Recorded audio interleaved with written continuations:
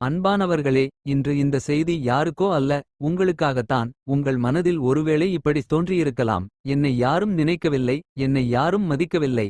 ஆனால் இன்று தேவன் உங்களிடம் ஒரு வார்த்தை பேசுகிறார். பைபிள் இவ்வாறு சொல்கிறது, இதோ நான் உன்னை என் உள்ளங்கைகளில் வரைந்திருக்கிறேன். சில நேரங்களில் வாழ்க்கை நம்மை மறக்கப்பட்டவர்களாக உணரச் செய்கிறது.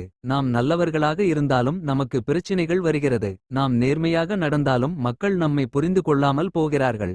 சிலர் குடும்பத்தில் கூட மதிப்பு இல்லாமல் உணர்கிறார்கள். சிலர் வேலையிடத்தில் மறக்கப்பட்டவர்களாக இருக்கிறார்கள்.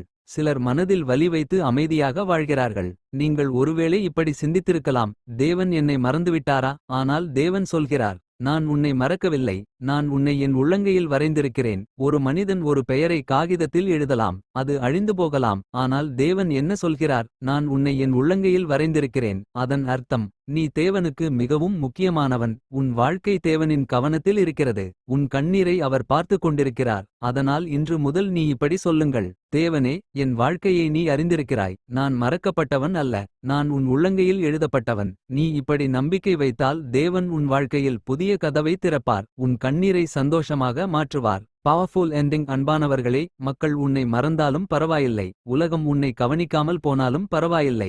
ஏனெனில் உன்னை உன் பெயரால் அழைக்கும் தேவன் இருக்கிறார். உன்னை தனது உள்ளங்கையில் வரைந்த தேவன் இருக்கிறார். இன்று முதல் நினைவில் வைத்துக் கொள்ளுங்கள், நீங்கள் மறக்கப்பட்டவர்கள் அல்ல, நீங்கள் தேவனால் தேர்ந்தெடுக்கப்பட்டவர்கள். மனம் உடைந்தவர்களுக்கு தேவன் சொல்வது, அன்பானவர்களே, இன்று உங்கள் மனம் மிகவும் உடைந்திருக்கிறதா? யாரிடமும் சொல்ல முடியாத ஒரு வலி உங்கள் இதயத்தில் இருக்கிறதா? அப்படியானால் இந்த செய்தி உங்களுக்காகத்தான். பைபிள் சாம் இவ்வாறு சொல்கிறது, கர்த்தர் மனம் உடைந்தவர்களுக்கு சமீபமாக இருக்கிறார். வாழ்க்கையில் சில நேரங்கள் மிகவும் கடினமாக இருக்கும். நாம் நம்பியவர்கள் நம்மை காயப்படுத்தலாம். நாம் எதிர்பார்த்த விஷயங்கள் நடக்காமல் போகலாம். அப்போது மனம் உடைந்து போகும். தனிமை உணர்வு வரும். என் வாழ்க்கை ஏன் இப்படியாக இருக்கிறது என்று கேட்கலாம். ஆனால் தேவன் இன்று உன்னிடம் சொல்கிறார், என் பிள்ளையே, நீ உடைந்த மனதுடன் இருக்கிறாய் என்பதை நான் பார்க்கிறேன். உன் கண்ணீரை நான் எண்ணுகிறேன். நீ தனியாக இல்லை, நான் உன்னோடு இருக்கிறேன். இவ்வாறு அழைக்கிறார்.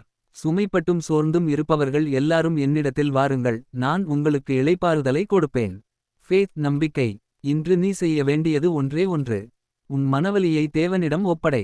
அவரிடம் இப்படிச் சொல்லுங்கள், தேவனே, என் மனம் உடைந்திருக்கிறது. ஆனால் நான் உன்னை நம்புகிறேன். என் வாழ்க்கையை நீ சரி செய்யப் போகிறாய் என்று நம்புகிறேன். நம்பிக்கை வைத்தால் தேவன் உன் மனதை ஆற்றுவார்.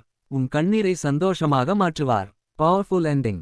அன்பானவர்களே, மனம் உடைந்திருக்கிறது என்றால் வாழ்க்கை முடிந்துவிட்டது என்று அர்த்தமில்லை. அது ஒரு புதிய ஆரம்பம் ஆகலாம். ஏனெனில் உடைந்த மனதை ஆற்றும் தேவன் உன்னோடு இருக்கிறார். உன் வாழ்க்கையை மீண்டும் எழுப்பப் போகும் தேவன் உன்னோடு இருக்கிறார்.